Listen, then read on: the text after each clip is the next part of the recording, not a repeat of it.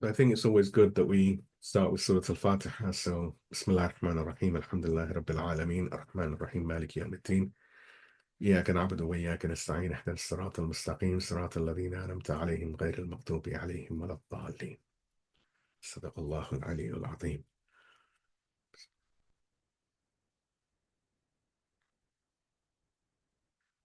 أعوذ بالله السميع العليم من الشيطان الرجيم. بسم الله الرحمن الرحيم.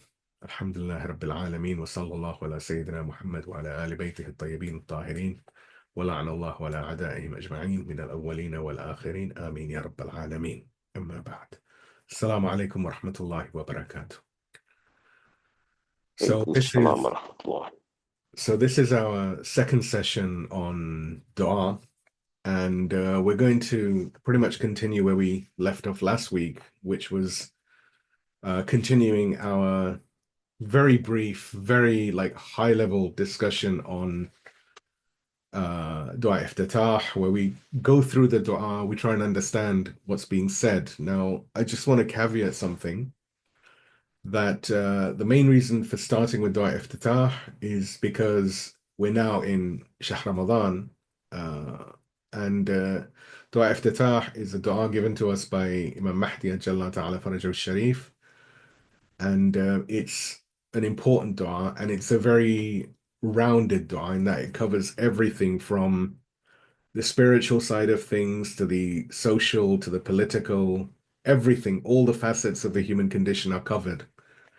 And it also keeps us refocused towards Ahl Bayt, towards the A'imma, towards Tawheed, towards all of these points that are very important for us as we work to try and develop this notion of a Tawheed-oriented society that, of course, we've been discussing in our Wednesday sessions. And but going forward, once we've done Dua Iftitah, probably around the middle of Shahr Ramadan, we're going to go into more detail on what dua actually is. Why would you do dua? What are the conditions of dua, if there are any? Why is it sometimes you feel that your dua is not accepted? Can dua change your qada and qadar? So things which are predestined, can dua change them? Does it change them? Um, Short answer, yes. But the longer, more detailed answer will come in maybe 2, 3, 4 weeks. So there is going to be a lot more meat than just going through a dua and reading the translation and trying to gauge some meat from it. But for now, just because it's important that we have a good understanding of dua iftitah, we have a good understanding of this dua that we recite every night in Shahr Ramadan, and also a dua that is very important. It's highly recommended. And one important thing is, while generally we recite dua iftitah only in Shahr Ramadan, we can actually recite it any day of the week. It doesn't have to be just Shahr Ramadan. It's a very good dua to recite on its own. But it's fadila, its best time, if you like, is to recite it on in Shahr Ramadan. The same way with Dua Kumail, for example. Dua Kumail you can recite any day of the week. There is no condition that says you can't recite it on a Tuesday or a Sunday. But its fadila, its best time for it to be recited is on Thursday night. So if you give me a salawat and we can proceed. اللهم صل على محمد وعلى محمد. So we got up to, in Dua Iftitah, we got up to the line which reads, or we started the stanzas which read, اللهم إني أسألك قليلا من كثير مع حاجة بي إليه عظيمة. So this means, and again, remember, if you cast your mind back to the previous session, we have praised Allah. We have said that we have certainty in a number of ideas, specifically His Tawheed, how kind He is, how He's to be followed. His commandments are active, are real. There is no one like unto Him. And we have given certainty in all of this. And this is the other point that we discussed last week, that in dua, what we are saying is not just words in Arabic or in any language. These are things that we are almost testifying to. So when we say them, we need to be serious about them. So when we say, Allahumma inni as'aluka qalilan min kathir, that, oh Allah, I beg you, I beseech you uh, for a lot, but I have very little. This is important. So we want from Allah something big, but we actually have very little. Allahumma inni as'aluka qalilan min kathir. مع حاجة بي إليه عظيمة. And my need for this thing is huge. وغناك عنه قديم. And you are entirely needless and have been needless and will always be needless, يعني for eternity. وهو عندي كثير. And for me, what I'm asking is huge. For you, it's tiny. For you, it's insignificant. وهو عليك سهل يسير. We literally say this, that this is very, very easy for you. It's something which is completely effortless, something easy for you. So let's go through that again. Oh Allah, I beseech you for little from much. So, yani, I have very, very little to give you, but I want something which is great. And my need for this thing that I want is great. But you are entirely needless and have been needless always. For me, it is huge what I'm asking for. But for you, it's effortless, it's easy. Sahlun yasir, something completely easy. This we should think about. So whenever we want to ask Allah for something, we should always try and understand that when we want something, someone wants, for example, I don't know, someone wants to go to Hajj, someone wants to, I don't know, get married, someone wants to buy a car, someone wants children, someone wants whatever. Loads of things people ask for. And we'll come to the importance of this in a moment. We think that what we want is huge. For us, it's very huge. But what we have to give in return, even though Allah doesn't actually need anything from us, we have very little to give Him. But our need for what we want is huge. It's always urgent. But for Allah, He's entirely and has always been entirely needless. He needs nothing.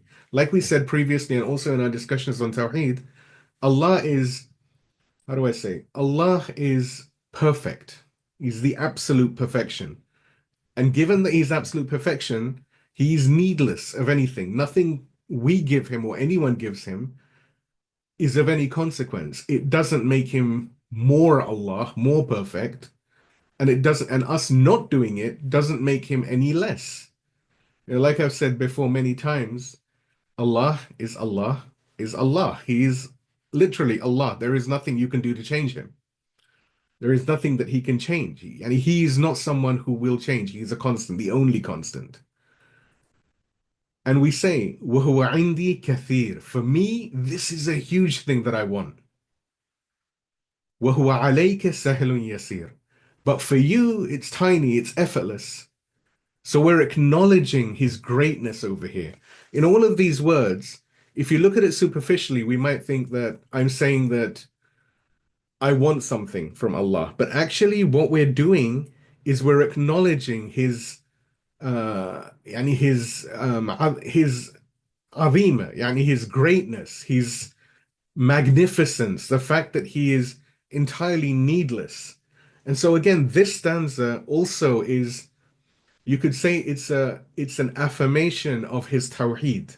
Even though we're not specifically saying that, we're saying we're affirming that we know that what, you know, something I want, I think it's huge, but for you, I know this is nothing. This is a non-issue. This is tiny. And then we go into a very important part, which is one of the key things for every dua that we have to do. Allahumma inna afwaka an dhanbi. That, oh Allah, as you pardon my sins, wa tajawuzaka an khati'ati. and you overlook all of my mistakes. وَصَفْحَكَ عَنْ ظُلْمِي, and you're very lenient with dis my disorderly conduct, my stupidity, my crazy. وَسِتْرَكَ عَلَى قَبِيحِ عَمَلِي, and you cover up all of my disgusting, hideous actions. وَحِلْمَكَ عَنْ كَثِيرِ جُرْمِي, and you treat all of my jara'im, my crimes, with hilm, يعني with kindness, with no, with forbearance, with patience, maybe. With You're very gentle when it comes to my crimes. You don't suddenly turn around and say, right, you're getting life imprisonment, you're getting the death sentence, you're not doing this. If we, he's very kind when it comes to the sins and the crimes that we commit against him. عندما كان من خطائي أو عمدي, خطائي وعمدي, things which I have either done by mistake or things which I've done deliberately. أتبعني في أن أسألك ما لا أستوجبه منك. All that tempted me to ask for that which I don't deserve from you. So I've done all of this, and we'll come back to this in a moment. I've done all of this. I'm accepting I'm a disorderly individual. I am constantly making mistakes. I am sinful. I do hideous actions. I commit offenses against you. I commit offenses by mistake because I'm ignorant, because I'm silly, because I'm stupid, or I do them deliberately because I'm negligent. I'm uncaring, if you like, about you. I allow myself to be tempted to do things against you. And I get tempted to ask things from you which I don't deserve. الذي رزقتني من رحمتك. This is what you do for me. You give to me as part of your mercy.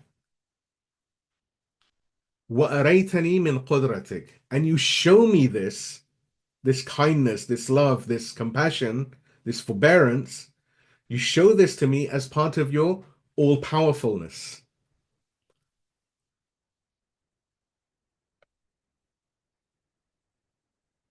وعرفتني من إجابتك. And you constantly show me signals that you're responding to me. Now, if we go through that again, this is quite interesting. Allahumma inna afwaka an dhanbi. That, oh my Lord, as you pardon my sins. Oh my God, as you pardon my sins. وَتَجَاوُزَكَ عَنْ خَطِيئَتِي, and you overlook all of my mistakes. How many times do we make mistakes? Well, for example, if you take a condition of like amongst friends or within a family, someone makes a mistake, and immediately what we want to do is point the finger. This is a very common thing within humans. We want to say, oh, he's done that, or she's done that. We constantly want to point the finger to make someone feel less. Imagine if Allah did that to us, we would be in a world of hurt. But we acknowledge and we testify that you pardon my sins, as you pardon my sins, as you overlook my mistakes, as you are lenient regarding my disorderly conduct, my oppression, if you like, my injustices to myself, to others, the way you cover up things that I do that are ugly, my ugly actions, my hideous actions, and the way you deal with my countless offenses with kindness, with hulm, with compassion, with forbearance, with gentleness. Things that I have done, these offenses, these hideous actions, these disorderly conduct, mistakes, sins, things that I have done either mistakenly or willfully. So we're acknowledging that this is what we do. And we still say that I am tempted to ask from you that which I know I don't deserve, because I know I've done all of this. So what is this dua telling us? That when we're reciting these sections, we need to bring to the front of our minds, all of these things that we have done, our sins, our mistakes, our disorderly conduct, hideous actions that we may have done, all the offenses that we've done. mistakes that we've done willfully, or things that we have done by mistake, or things that we have done deliberately. And then it's almost like we're saying that I still have the gall, I have the audacity to ask from you something which I don't deserve, but that you may grant to me as part of your mercy. So you acknowledge at this point that the mercy of Allah encompasses everything.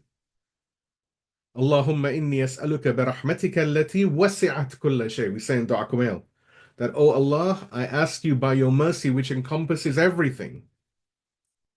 Wa araytani min qudratik. And you look at me, you show me a part of your qudra, your power, the fact that you are entirely and completely powerful. And the most important line, وَعَرَّفْتَنِي مِنْ إِجَابَتِكَ. And you inform me of your intent to answer. You're answering me. This is very important. Because when we make dua, we sometimes feel that Allah is going to respond. And sometimes the response is not necessarily going to be positive. I want Allah, Ya Allah, please make me a millionaire. It's almost like I can hear Allah, you can hear Allah laughing, saying, Habibi, no, I'm not going to do that for you. Why am I not going to do that for you? Because I know what it will do to you. But we still ask, He gives us a response. If we say to Allah that, oh Allah, just forgive my sins, leave everything. I'm reminded that of a small section within Mukhtar, in the story of Mukhtar, where when Mukhtar finds out what's happened in Karbala, he's in prison, he's in jail. He finds out what's happened in Karbala, and he's realized who the people responsible for it are, like Ubaidullah ibn Ziyad, Shimr bin the Jawshan, Umar ibn Sa'ad, all of these, Yazid, whatnot. And he actually makes a very interesting dua in prison. He said, Allah, I have no need for your heaven. I don't want your heaven. I don't need your heaven. Just get me out of this prison once and let me take revenge. Let me be the one who destroys these people that literally spilt the blood of God. This is a very interesting dua. If you just examine that dua in and of itself, it's a very selfless dua. And the thing about Allah that we always have to understand is Allah always pays His debts. There is no such thing as you do something for Allah, even though, even saying it like that you do something for Allah, it's sometimes we humans, we feel that, oh, I do this thing for Allah, therefore Allah will become more Allah. Like I said, Allah is a constant, an absolute constant. He doesn't change. He will not change. He's already perfect. But the fact that you're ready to do something without any anticipation or even desire for reward, this itself has a massive maqam in the eyes of Allah. And this is one of the reasons some of the historians, some of the ulama, they say that this dua was one of the biggest reasons why Mukhtar was so successful, and why part of his success is that he became Shaheed right at the end.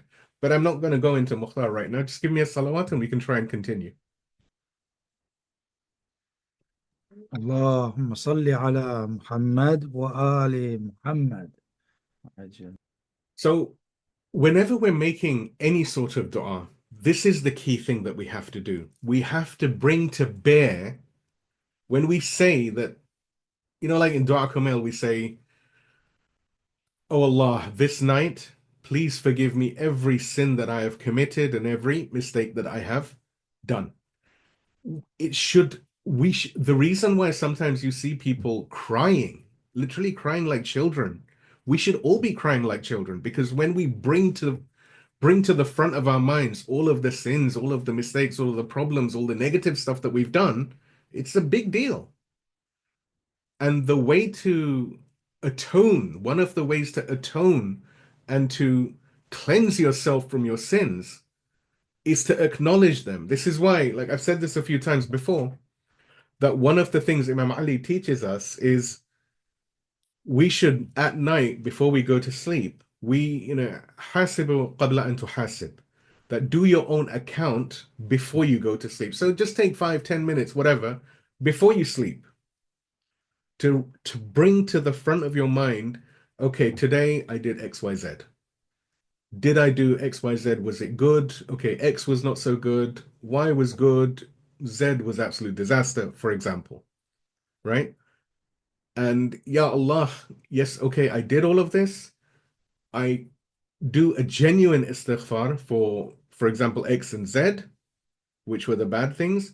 And Allah, I beg you, give me tawfiq to do more things like Y. Give me tawfiq to do better things and make my tomorrow better than my today.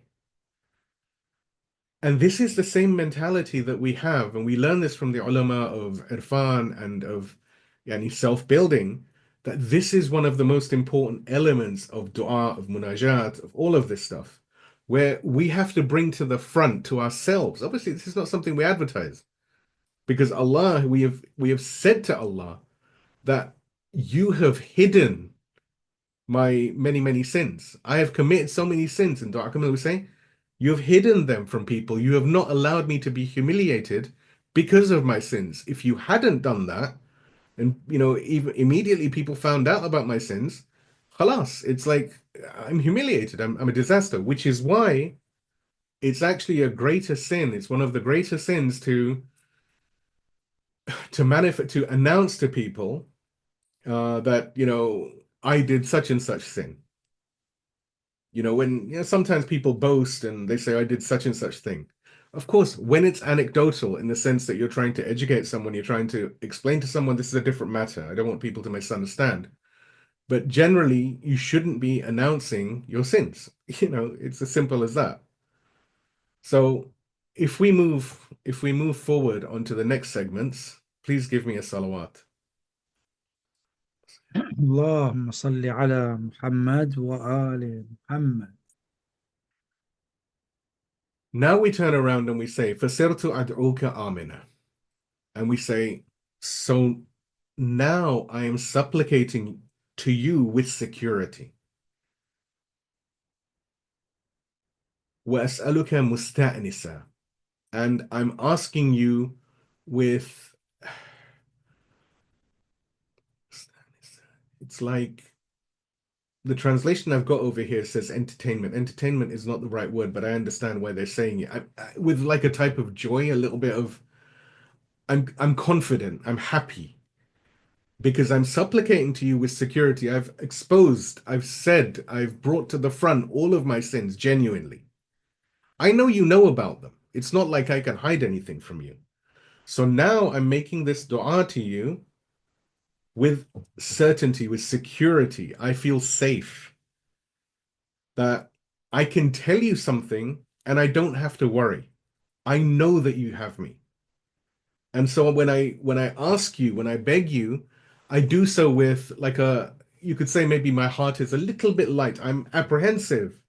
I'm nervous. I have like a reverential fear, but I'm not scared. And we say, La khaifan wala wajila, that I'm not afraid nor am I fearful. I'm not terrified. I am frightened, but it's like a reverential fear. It's not a fear in the sense that if I open up to Allah and I say, I've done all of this, Ya Allah, but please help me out on this, whatever it is, right? He's not going to literally like almost abuse you and say, aha, so you did all of this. Now you want to come to me, huh? Who you think you are? That's not the way he operates because he's filled with love. He's filled with compassion.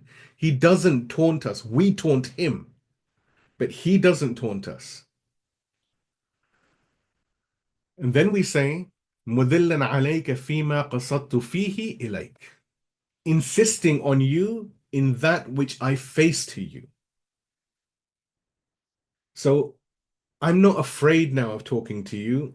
I feel happy talking to you. I feel safe asking you. I feel like I'm talking to my friend, to someone who really does care about me. I don't feel like if I say something to Allah that He's just gonna smash me down. No. And so I can ask you for this thing, whatever it might be, and I can insist on it, and I can face you and insist on it.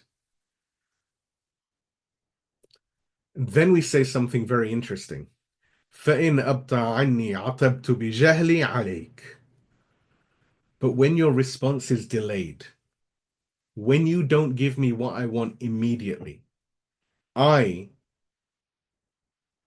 out of my ignorance, would blame you. ولعل الذي أبطأ عني هو خير لي. Although perhaps slowing down or not giving me that thing straight away may be a blessing in disguise, might be good for me. We have a verse in Quran that sometimes you want something, I can't remember the reference off the top of my head, but sometimes you want something and it's bad for you. And sometimes you don't want something. Sometimes you like something and it's bad for you, and you dislike something and it's good for you. And we actually are saying this in different words over here. And we continue, لِعِلْمِكَ بِعَاقِبَةِ الْأُمُورِ. Because you are the only one who knows the consequences of all things. So I'm sitting here, I'm asking Allah that, oh Allah, turn this sabha of mine from like a brownie color to a pink color, because I've decided I want a pink sabha. And of course, Allah doesn't do it. I'm using a very simple example just to illustrate a point. But Allah doesn't do it. The response is delayed. Can He do it? Yes, He can. Of course, we go into a much deeper discussion. I'm trying to be very simple about this. This sabha remains brown. It doesn't change. So I, out of my ignorance, my stupidity, my arrogance even, turn around and say, Allah, He never accepts my prayer. Sometimes you get this in people. Sometimes people sit there, they make dua all the time, and the situation doesn't change for them. And this is, to be fair, it was while I was reading and preparing for this that I think it's important for us to go through all of these ideas about why is a dua not accepted straight away? Why is it sometimes the dua is accepted immediately? Right? What is the meaning behind all of this? Why is this happening? So we're asking Allah, like we said, without any fear, happy, secure. We feel happy, we feel secure with Him. We've opened up to Him. And we feel that He has allowed us to open up to Him. And we insist, we're not afraid, we're not fearful, we insist on asking Him whatever it is we ask Him. We face Him and we ask Him. But when He doesn't respond straight away, out of our ignorance, we blame Him. Even though we should understand that sometimes slowing whatever that thing is down could well be a blessing for us, because only He knows the consequences of all matters. Then we say, فَلَمْ أَرَ مَوْلًا كَرِيمًا أَصْبَرَ عَلَى عَبْدٍ لَئِيمٍ مِّنْكَ عَلَيَّ يَا رَبِّ. So, and then we're saying this to Allah. So I have never seen such a noble master who is more accommodating to such a dissatisfied servant than you are to me, O my Lord. This is, again, it's very important. These are all elements of us understanding where we are in relation to Allah, where we as individuals are, as sinful creatures are in the eyes of Allah. Because we have been negligent, we have been arrogant almost, we have been rude, we have, been very childish in the sense that, oh, He didn't answer my dua. Ya Allah, you're not answering my dua, right? And we blame Him. We have a negative opinion of Him. Instead of having what we call husn azan, we have su'azan. We say, su'azan is like having a negative opinion. Instead of having a positive and a hopeful opinion, we end up having a negative opinion. We see, for example, we're sitting here doing dua for Palestine, for example, and we're seeing that the Israelis are, from what we can see, becoming stronger. They're all over Syria. They're hitting Lebanon. They're hitting the West Bank, Tulkarem, this place, that place. And we're sitting here praying, praying, praying, praying, praying. And we sometimes get frustrated. And I've heard people say this, that now God is doing nothing about it, man. God isn't going to do anything about Palestine.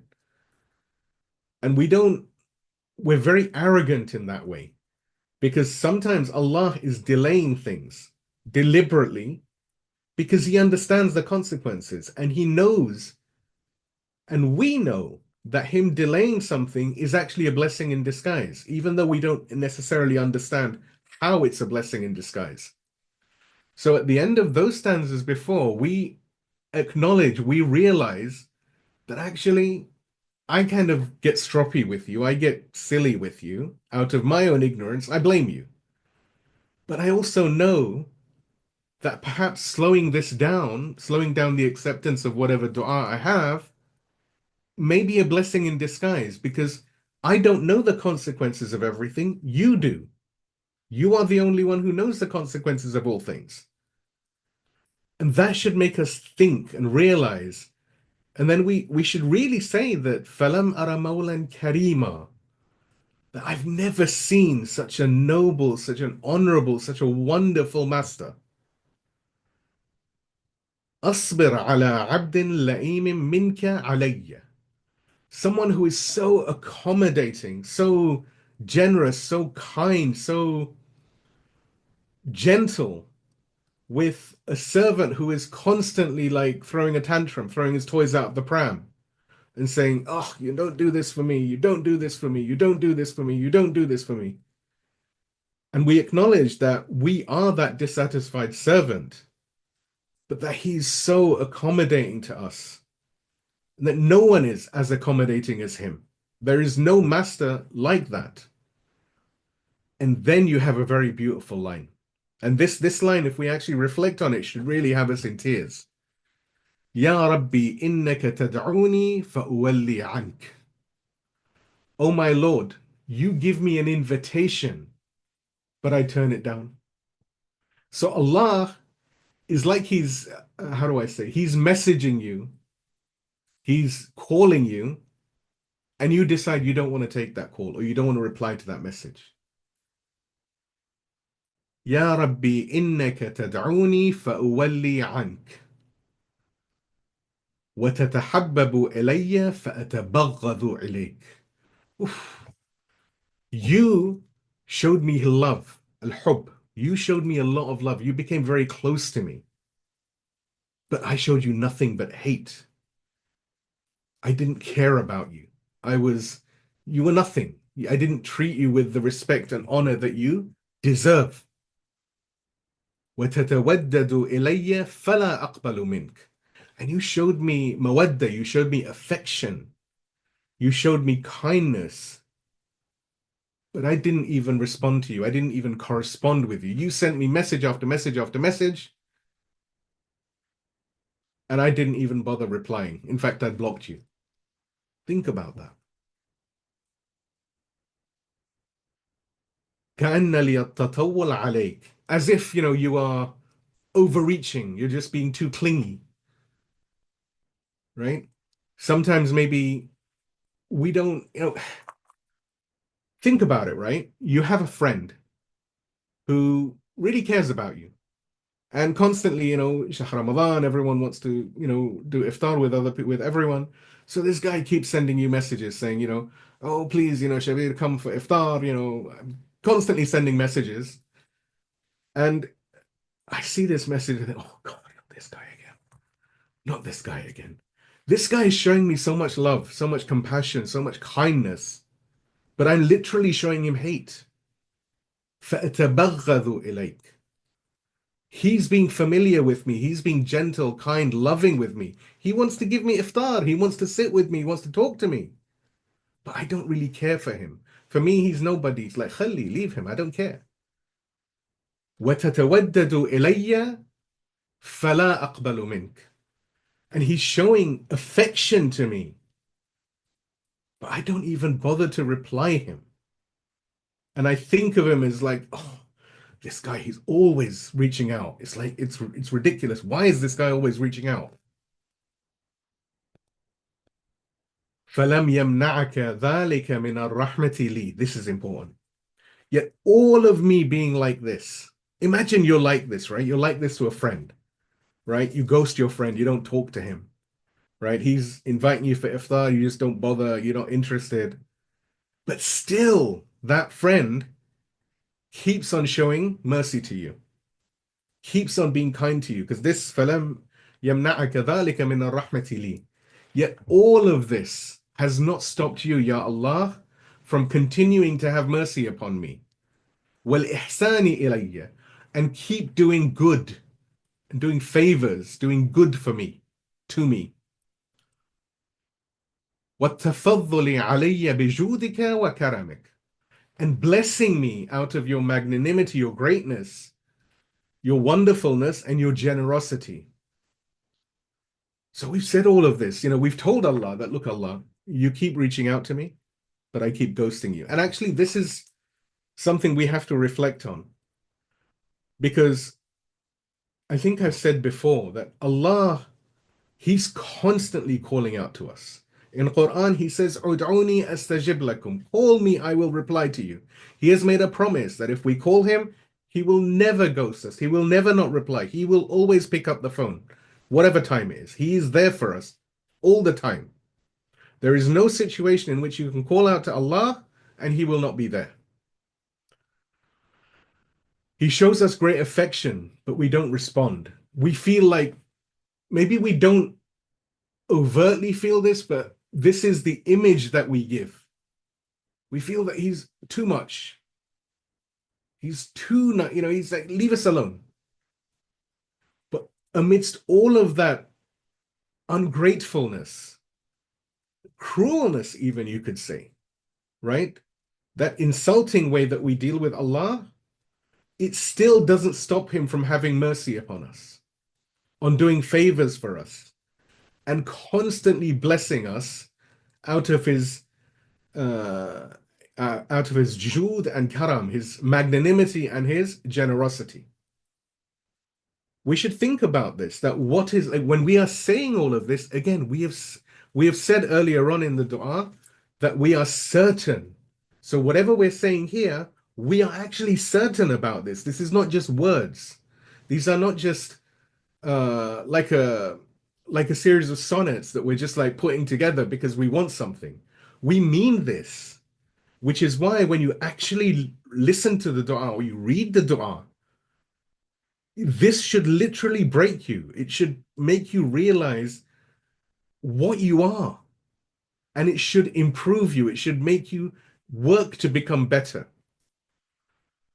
And now we say to Allah, after acknowledging all of this, we say that I act like a complete fool with you. I treat you with no respect. I am not kind to you. You message me, I block you. I don't reply. I'm not interested. But you still keep being kind to me. You still keep showing mercy to me. You keep doing favors to me. You keep blessing me. Then we say, Farham abdaka al-jahil. So please have mercy on your ignorant servant. وَجُدْ عَلَيْهِ بِفَضْلِ إِحْسَانِكَ. And throw upon him, bestow upon him the favors of your beneficence. إِنَّكَ جَوَادٌ كَرِيمٌ. That truly you are the all-magnanimous and the all-generous. Now, just these stanzas are very, very powerful. If you sit down and you reflect on them and you recite them with that wherewithal, with that understanding of what you're actually saying, so that they're not just words. When we say Farham abdaka al-jahil, that so please have mercy on your ignorant servant, that we understand how ignorant, how stupid, how reckless we have been, where we've almost taken for granted this amazing love that Allah subhanahu wa ta'ala has for us, and that He keeps showering us, keeps loving us, keeps throwing favors on us, keeps doing everything for us. And we're just saying, oh, Khalli, we kind of like, we don't take our relationship with Him seriously. We don't take our prayer seriously. We don't take Quran seriously. Everything is like chop, chop, fast, fast, fast, fast. Like I said last week, sometimes we look at a dua and a dua might take, I don't know, if you read it at sensible tempo, really there is no sensible tempo for a dua, because a dua sometimes can take an age, because you stop at a certain point. And if you're thinking about it, it should literally freeze you, right? It should freeze you so you realize, subhanallah, look at how useless I am. Look at how bad I've been to Allah. And yet he's still throwing his mercy on me. He's still being kind to me. That's why sometimes in Iran, in places like Jamkaran or the Maqam, especially on Thursday when you hear Dua Kumail, it can last for hours. And you hear the person reciting, literally breaking, can feel the tears, even if you listen to a recording. You can feel that pain. And I remember one time when I was in, give me a salawat, please. اللهم صل على محمد وآل محمد. I remember one time when I was in Qom, this is going back a long way, and there was some visitors over from the US. So we'd taken them to Jamkaran, and it was a Thursday. And so we went first, we went and we prayed, and then, that we missed the Jama'ah, but we prayed, and then they wanted to sit and eat, and Dua Kumail was going on. They didn't really want to go into Dua Kumail. The Americans, what can I say?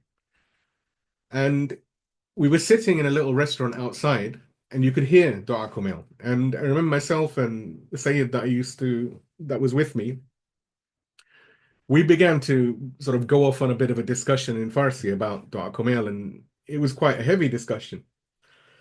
These guys from the US, they were they weren't quite family, but they were friends, like distant family, yani. They started saying that, why is this Dua Kumail taking so long? Like, we've been sitting here for nearly 1.5 hours, and he's still like, in the like not even halfway. And so I asked the guy, I said, what do you mean? He said, yeah, man, it should be done by now. This Dua Kumail should only take about 20, 30 minutes. Why is it taking him so long? So I remember asking the guy that, have you ever sat down and reflected and thought about what is Dua Kumail? What are you saying in Dua Kumail? I don't know. It's just a dua, yeah? We just have to do it on Thursday. And I said, so you don't know what it means? I said, oh, no, I've read the translation, but I mean, what can you do? It's like we do it because we get the thawab. And that's when it first dawned on me that people really don't have a clue what dua is. They don't understand what is dua. That they don't they want to do it like a checkbox ticking exercise. That it's Thursday, so I have to do dua kumail, I have to do ziyad warisa, ziyad ashura, tick tick, okay, fine, I'm going to heaven. This is not the way. This is not the way. Sometimes it's better to recite only 3 lines of a dua, but actually feel them, and then recite the next 3 lines next day, or a week later, or a month later. And this is why one of the hadiths that we have about Dua Kumail, and I know we're not discussing Dua Kumail, but Dua Kumail is such an important dua that it's got many lessons that come alongside it. That we are told you should recite Dua Kumail every day. If you can't do it every day, do it every Thursday. If you can't do it every Thursday, do it one Thursday in a month. If you can't do it one Thursday in a month, do it one Thursday in a year.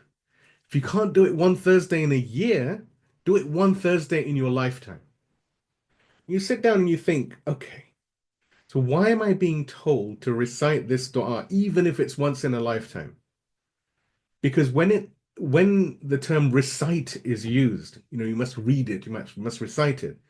It's not just a case of reading just the words, وَجُدْ عَلَيْهِ بِفَضْلِ إِحْسَانِكَ إِنَّكَ جَوَادٌ كَرِيمٌ. No, it's not just the words. You have to understand what you're saying. You have to manifest what is being said. You have to get it from inside. If you are talking about yourself being Abdik al-Jahil, being Allah's Jahil, like ignorant servant, you have to understand that that is what you are. This is what you have done. This is your position, your station in the eyes in front of Allah. Even though Allah keeps forgiving you, keeps covering your sins, keeps being good to you, throwing benefits on you, favors, etc., you need to know your place because that is how you will improve. That is how you will get closer to Allah. So we and I'll just do this stanza, and then we'll finish for this session. This is now the series of sessions where we begin to do the hamd, the praise of Allah. And there's a reason why we've shifted to praise now. All of this time before, we've been talking about Allah. We've been saying that, oh Allah, I'm asking you for something from, I have very little, you have so much. For you, I know this is tiny, you're asking for something. But in reality, as we've discussed, we're actually almost confessing to Allah that I am such, I've been so negligent of you.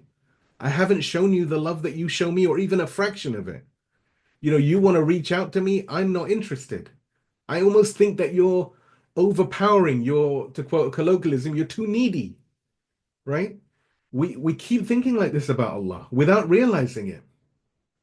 But then we begin to realize it as the words begin to hit our hearts, it begins to like dawn on us that actually I've been a complete idiot.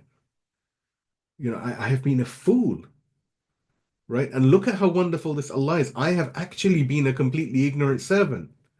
We say, Farham abdaka al-jahil. What person by default will call themselves jahil, call themselves ignorant? Only someone who actually understands how ignorant they have been regarding Allah, regarding everything. And we still then tell him that, look, Allah, I have been a real idiot. I have been a complete clown. Please have mercy on me. Please keep giving me your favors and your beneficence, because you are the Jawadun Kareem. You are the one who is the most magnanimous, the most generous, the all generous. Then we go into Alhamdulillahi Malikil Mulk. Because we've now accepted what Allah is, right? We have come to that realization that, subhanallah, He is Jawadun Kareem. And so you're almost at that point, it almost becomes involuntary to like we did in the session, in the Wednesday sessions when we talk about namaz, when we go through the 2 rak'ah prayer, you have a stage where after reciting Surah Al-Fatiha, for example, or after reciting Tashahhud, you're compelled to say Allahu Akbar. It's not like it's something you have to do because, again, it's a checkbox exercise. No. You do Tashahhud and you say Subhanallah, Allahu Akbar. I have no choice. I have to say Allahu Akbar. After doing the niyyah, when you realize, why am I doing this prayer? Oof, you're forced to say Allahu Akbar. So now we're talking about, we've almost got to that stage in the dua where we've realized where we are and where Allah is. And so we say, Alhamdulillahi Malik al-Mulk. All praise belongs to Allah, who is the Lord of all sovereignty. Mujri al-Fulk, who allows things to flow on the seas, who allows arcs to flow on the seas. Musakhir al-Riyah, who controls the wind. Faliq al-Isbah, he is the one who causes day to happen, causes the day to break. Dayan ad-Din, who administers the authority. Rabb al-Alameen. Now, we don't have the time, otherwise we would go into, like, why is Allah talking about Mujri al-Fulk? That, okay, Malik al-Mulk, okay, I can understand. Where is the importance and relevance of Alhamdulillahi Malik al-Mulk, Mujri al-Fulk, who allows arcs or ships to float upon the seas? Musakhir al-Riyah, who controls the wind. Faliq al-Isbah, who causes the day to break.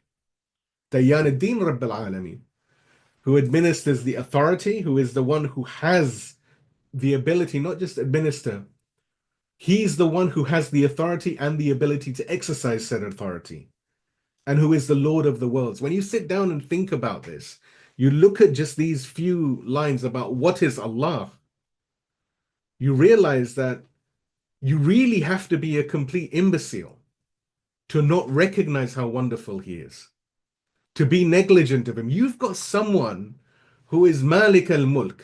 He's literally the Lord, the King, the sovereign of all things. The one who controls the seas, that controls the winds, that controls day and night, that has complete authority on everything. When you talk about Dayan ad-Din, this is like the authority to give life, to give death, to give this, to anything, even rizq comes into all of that. And who is Rabb al-Alameen? For the person reading this with recognition, with understanding, when you do this portion of hamd, the hamd of Allah, the praise of Allah, this should really make your heart explode, because you have been negligent of someone who has all of this power. He has all of this authority, and yet he still chooses to love you, to give favors to you, to be kind to you, to throw mercy on you. I mean, this is a big deal. This is a very big deal. And see, this is where dua is very important, because dua is not just a case of I recite some words, Arabic, English, French, whatever, and I move on. Dua is a lesson in belief. You know, when we talked about the idea of our belief system, Tawheed, Adala, etc., and we said that we are not permitted to follow someone on these ideas. These are ideas that we have to develop certainty on ourselves, which is why we've been going through these sessions to try and help everyone, including myself, to develop more certainty in our aqaid, in our beliefs. These dua are actually a core component of that. To develop certainty in Allah, you have to reflect deeply. And what we're doing over here is very, very shallow. I know I keep saying it, it's very shallow. We could dig into each one of these things. Even just this notion of Rabb al-Alameen, this is something where you can discuss this notion of Rabb al-Alameen for decades, for years. You know, and you know, Imam Ali has that famous saying that أنا النكتة تحت الباء, that I am the dot underneath the ba of Bismillah ar-Rahman ar-Rahim.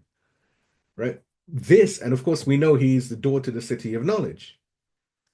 So I think with that, we call it a night, but we pray to Allah that He, first of all, accept our small ibadat. He accept all the fasting and prayers and hajat and dua of all of those present, all of those listening.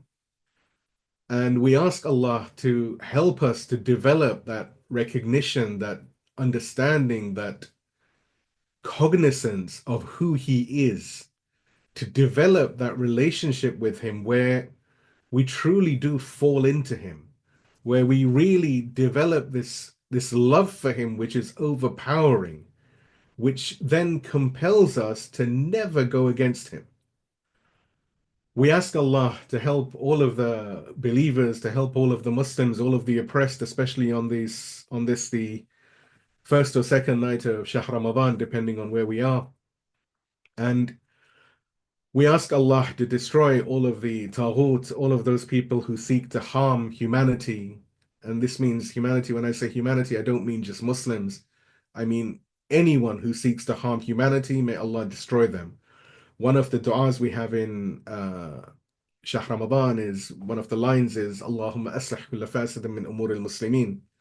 That may Allah remove any of the mischief mongers from the ranks of the believers, from the ranks of the Muslims. And Ya Allah, we pray that you remove the mischief mongers, because unfortunately every Shahr Ramadan, every Muharram, all of these mischief mongers come out in force. They create a lot of problems and they harm the believers. So Allah, please protect the believers and keep them inside your security and your safe area, away from all of this crazy.